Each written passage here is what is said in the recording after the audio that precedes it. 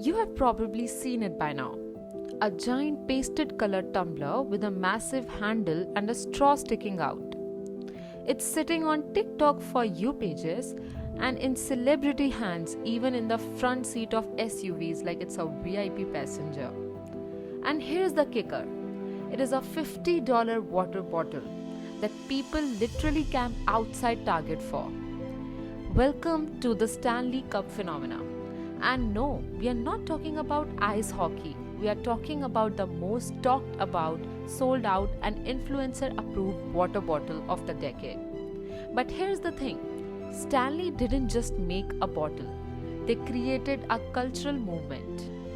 Today, we are breaking down how a 110-year-old camping gear company became a Gen Z and millennial status symbol, the marketing moves behind the hype, and the takeaways you can steal to make anything you sell blow up like this. So first, let's talk about the origins of Stanley. Stanley has been around since 1913. Known for rugged steel thermoses your grandpa probably took fishing. For decades, their customer base was men, outdoorsy types, campers, and workers on construction sites. Then sales plateaued. They were the background character of the drinkware world, reliable but invisible in the age of Hydro Flask and Yeti. And then came 2019, when three mom influencers from a Facebook group called The Buy Guide supported Stanley's Quencher tumbler. It wasn't new, it wasn't fancy, it wasn't even selling well, but they loved that it was 40 ounce, had a handle, fit in a car's cup holder, and kept drinks cold all day. They posted about it and it sold out. Stanley, to their credit, didn't ignore them. They partnered directly with the Buy Guide, restocked the Quencher, and marketed it not to the campers but to busy women, moms, and anyone living in their car. That one pivot, it flipped the brand upside down. Then came the TikTok takeover. By 2021, TikTok had turned the Quenchers into a personality trait.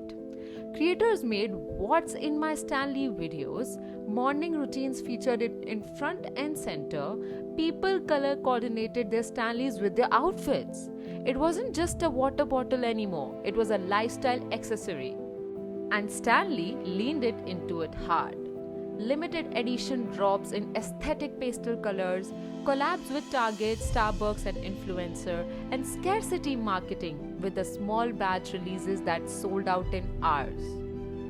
And one of their most genius moves, UGC, user generated content on steroids.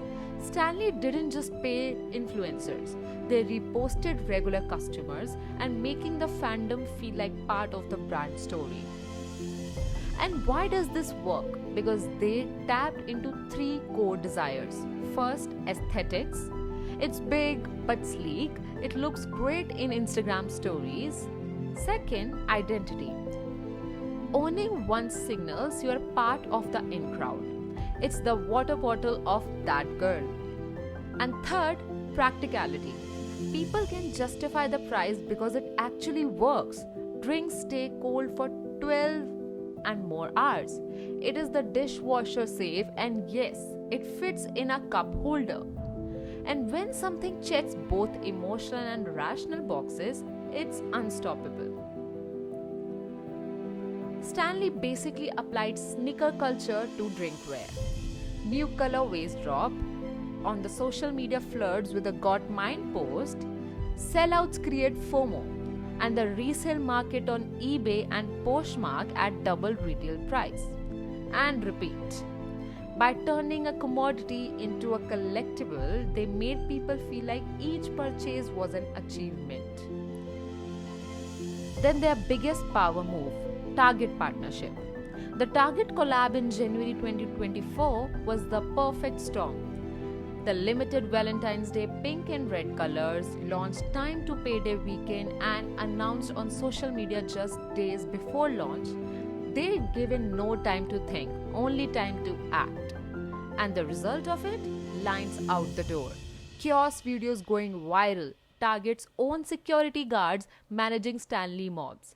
And this wasn't just product marketing, it was event marketing. In late 2023, a TikTok went viral. A woman named Danielle shared footage of her burned to tail car after a serious accident. And everything inside that car was destroyed, except her Stanley Cup. Not only did it survive without a scratch, but it still had ice inside. The video blew up with over 80 million views.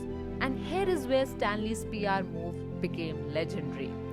Instead of just commenting, "Wow," Stanley's president responded publicly, they were replacing her car for free. And think about that.